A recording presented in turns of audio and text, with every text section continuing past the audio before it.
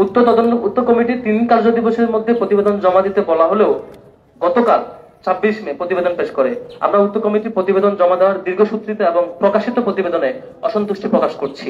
আমরা চাই ঘটনার মূল রহস্য উদ্ঘাটন করে দোষীদের শাস্তি নিশ্চিতে প্রশাসন ত্বরিত পদক্ষেপ নেবে এবং সে ত্বরিত পদক্ষেপ নেওয়ার জন্য জোর দাবি জানাচ্ছি। জুলাই অভ্যুত্থান পরবর্তী ক্যাম্পাসে বিশ্ববিদ্যালয় প্রশাসন তার সকল কাজকে আরো অংশীদারিত্বমূলক এবং জবাবদিহিতামূলক কার্যকরী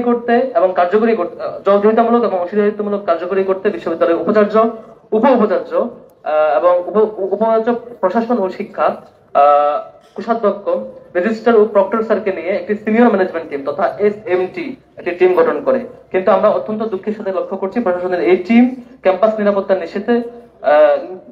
নিশ্চিত করতে দুর্বলতার পরিচয় দিয়েছে।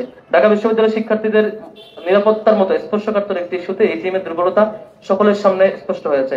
ইসলামী ছাত্র শিবির ঢাকা বিশ্ববিদ্যালয় শাখার পক্ষ থেকে ক্যাম্পাসের সার্বিক নিরাপত্তা Walton Washing Machine, simplifying life with hassle-free washing. সহ শিক্ষার্থী বান্ধব পরিবেশ সংরক্ষণে যথাযথ উদ্যোগ গ্রহণের দাবি পুনর্ব্যক্ত করছি। আমাদের মৌলিক দাবিগুলো হচ্ছে মূলত: 1. অবিলম্বে ডাকসু রোডম্যাপ ঘোষণা করে শিক্ষার্থীদের প্রতিনিধি নির্বাচনে অধিকার ফিরিয়ে দিতে হবে। 2.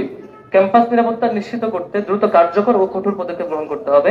ক্যাম্পাসে পূর্বের ন্যায় যান চলাচল ও বহিরাগত প্রবেশের সীমিতকরণ নিশ্চিত করতে হবে। 3. অবিলম্বে সাম্য হত্যার বিচার নিশ্চিতকরণে আনুষ্ঠানিক কার্যকর উদ্যোগ গ্রহণ করতে হবে। ছাত্র জনতার গণ অভ্যুত্থান পরবর্তী বিশ্ববিদ্যালয় প্রশাসনের কাছে আমাদের প্রত্যাশা ছিল আরো অংশীদারিত্বমূলক, জবাবদিহিমূলক, কার্যকরী ও নিরাপদ ক্যাম্পাস বিনির্মাণ করা। শিক্ষার্থীদের দীর্ঘদিনের দাবি নিরাপদ ক্যাম্পাস, ছাত্র সংসদ নির্বাচন সহ মৌলিক দাবি সমূহ পূরণ করে ক্যাম্পাসে সুন্দর পরিবেশ পুনর্নির্মাণ করা এবং কিন্তু প্রশাসন এই দাবি পূরণে ব্যর্থতার পরিচয় দিয়েছে।